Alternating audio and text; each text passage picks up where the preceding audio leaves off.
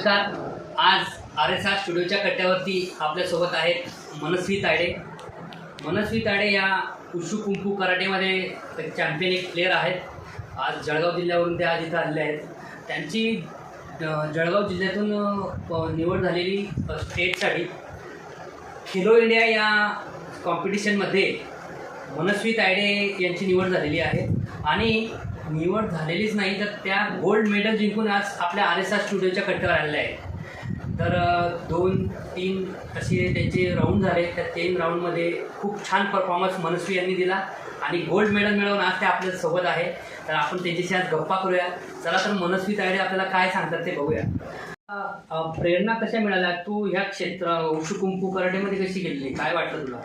आता महिला असं आहे की महिलांवर खूप अत्याचार वगैरे असं होत आहे आणि मग आपल्याला सेल्फ डिफेन्स सुद्धा आलं पाहिजे असं मला वाटत होतं.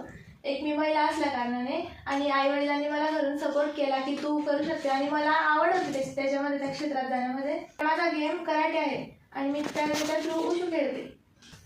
मनस्वी, तुला कसं गायडन्स मिळालं किंवा तू आजपर्यंत कुठं ह्या स्पर्धामध्ये सहभाग घेतला आहे सांगू शकशील? हां, मी स्कूल गेम खेळली आहे. डिस्ट्रिक्ट लेवलमध्ये पण खूप गोल्ड मेडल मिळाले आणि त्यानंतर डिव्हिजनला सिलेक्ट होऊन डिव्हिजनला पण खेळली आहे आणि स्टेटला 2 वेळेस खेळली.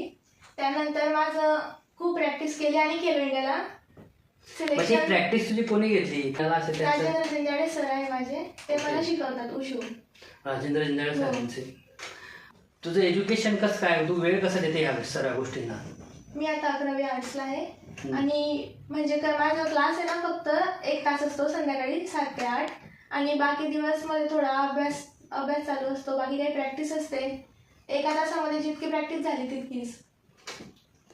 त्यानंतर मग तुला आता जी ही गोल्ड मेडलसाठी खेलो इंडियामध्ये जी निवड झालेली आहे तर तू कशी इथपर्यंत पोहोचली काही सांगू शकते? मला सरांचा सुद्धा गायडन्स होता की तू जिंकू शकतेस, तू त्याच्यामध्ये थोडं सिलेक्शन होऊ शकतं आणि झालंच तर चांगलं आहे. मग माझ्यामध्ये थोडा कॉन्फिडन्स आला की मी जाते म्हणून मी खेळली आणि उत्सुकतेने खेळली. खूप गोल्ड मेडल जिंकली.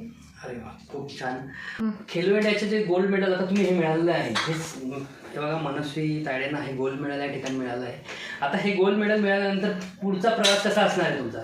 आता मी इथं गोल्ड मेडल घेतलं आहे आणि नॅशनलसाठी मी क्वालिफाय झाली आहे.